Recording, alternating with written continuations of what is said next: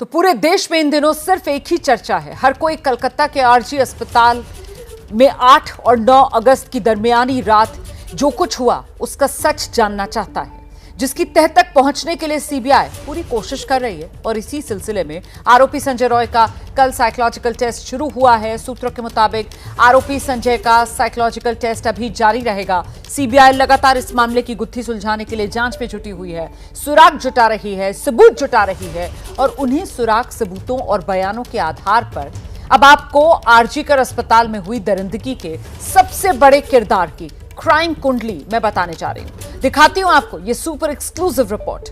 आधी रात का राक्षस कौन?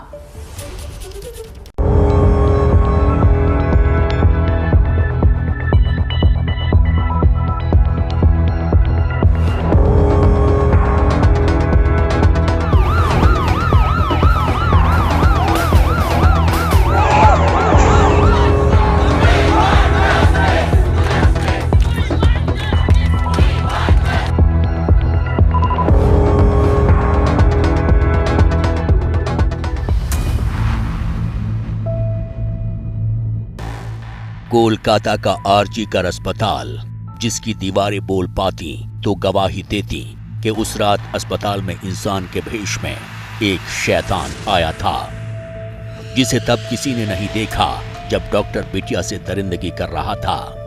वो हैवान जिसने देश की बेटी की चीखों को किसी के कानों तक नहीं पहुंचने दिया। वो जल्लाद जिसके हाथ एक अबला के जिस्म को नोचते एक पल को भी नहीं सहमे। और वो राक्षस कोई और नहीं बल्कि ये शख्स था। नाम संजय रॉय, उम्र 35 साल, जुर्म लेडी डॉक्टर से रेप और हत्या का इल्जाम।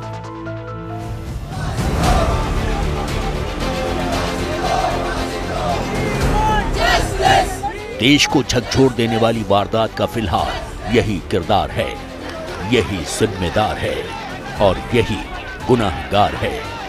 लेकिन सवाल बरकरार है। सवाल यह है कि क्या संजय रॉय ने इतनी बड़ी वारदात को अकेले ही अंजाम दिया?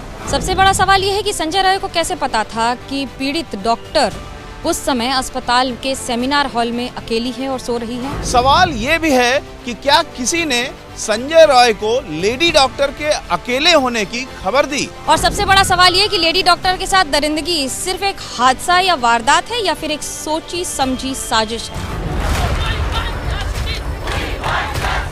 यही वो सवाल है जिनका जवाब 140 करोड़ देशवासी जानना चाहते हैं। और इन्हीं सवालों की तह तक जाने के लिए सीबीआई पूरा जोर लगाए हुए है। इसीलिए आरोपी संजय रॉय का साइकोलॉजिकल टेस्ट किया गया। सेंट्रल फॉरेंसिक साइंस लैबोरेटरी के 5 एक्सपर्ट की टीम ने सवाल पूछे, वारदात वाली रात से जुड़ी घटनाओं का सच जानने की कोशिश की।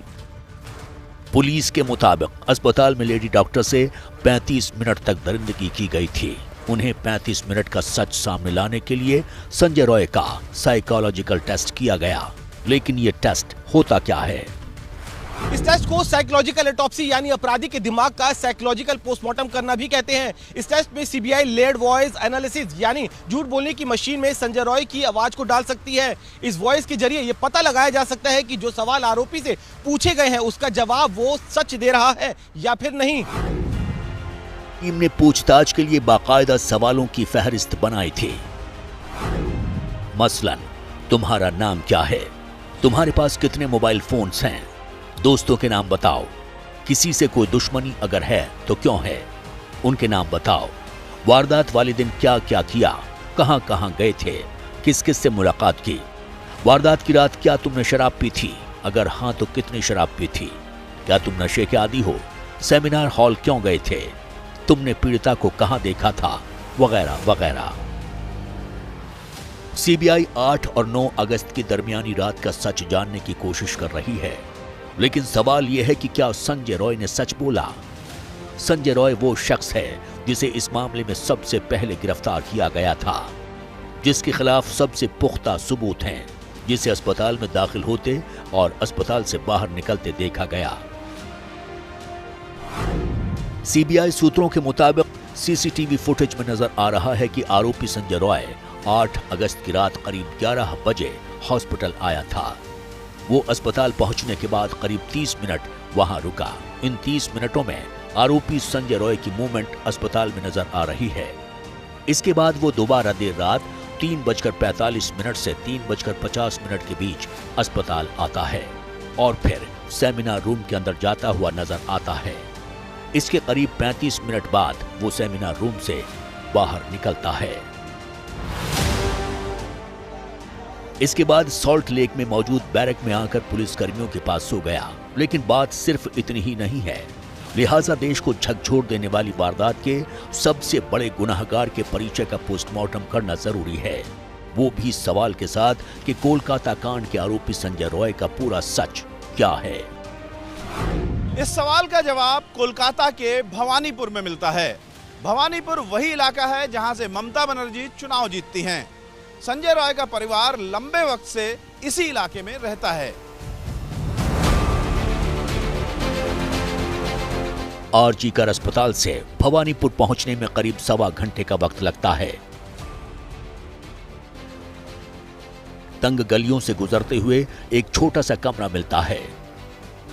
दीवार पर काली मां की तस्वीर थी, कुछ बर्तन थे, एक टेबल फैन भी था। दस्तक देने पर एक बुजुर्ग महिला नजर आती हैं। बताती हैं कि वही संजय रॉय की मां हैं। कहती हैं कि बेटा खुद को पुलिस वाला बताता था। क्या करता था आपका बेटा ये संजय राय? सुना था तो पुलिस में काम करता था और इससे बात हम तो कुछ नहीं जानता। आपको क्या बताया था उसने? हमको कुछ नहीं बताता, काम में जाता रहा, आता रहा, बहन लोग भी खाना वाना बना के देता ना, बोलता रहा पुलिस में काम है, यही सुना है। पुलिस में वॉलंटियर था? वॉलंटियर ही मालूम हो, आप तो सुन रहे, आप लोग के मालूम होगा। आपको यही पता था कि पुलिस में काम करता है? हाँ, पुलिस में और कुछ नहीं। एक कमरे के घर में संजय रॉय की मां अकेले रहती हैं, लेकिन अड़ोस पड़ोस में कई परिवार हैं जो लेडी डॉक्टर के कातिल को लेकर कई खुलासा करते हैं। बताया जाता है कि संजय रॉय 2019 में सिविल वॉलंटियर के तौर पर कोलकाता पुलिस से जुड़ा था। पहले डिजास्टर मैनेजमेंट ग्रुप में था, बाद में उसे डिपार्टमेंट के वेलफेयर सेल में भेज दिया गया। इस दौरान उसने डिपार्टमेंट में कनेक्शन बना लिए। इसी दम पर उसे पुलिस की 4थी बटालियन के कैंपस में रहने की जगह मिल गई। बाद में उसकी पोस्टिंग आरजी कर हॉस्पिटल में कर दी गई।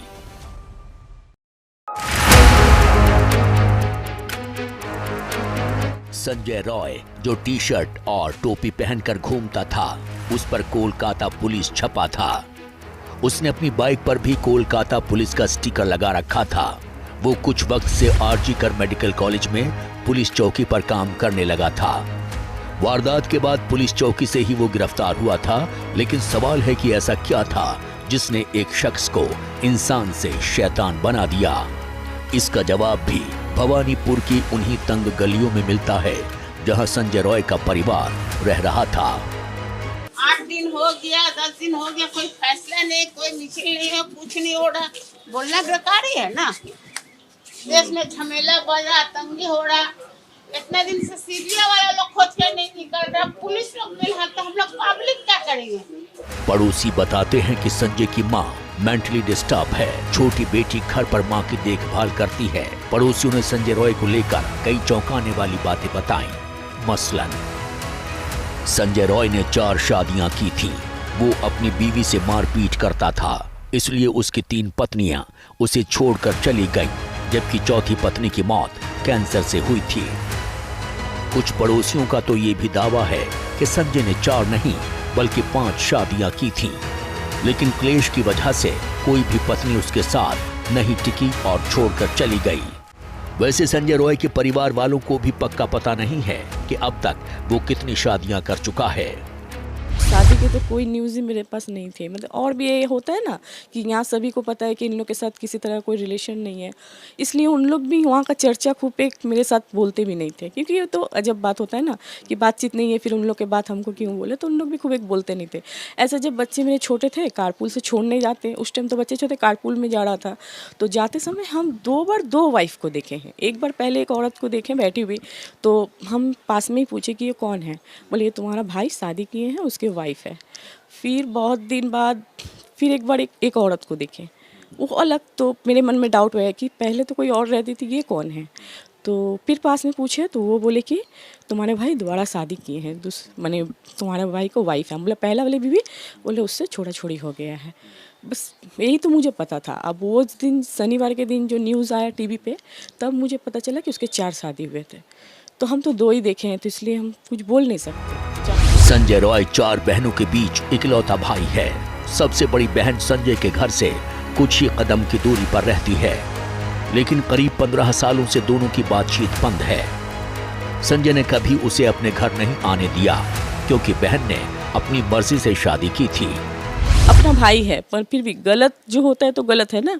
अगर वो ये काम किया है तो सरकार आइन जो सजा उसे दे, मंजूर है। क्योंकि गलती हम करेंगे तो सजा भी तो लेना ही पड़ेगा ना।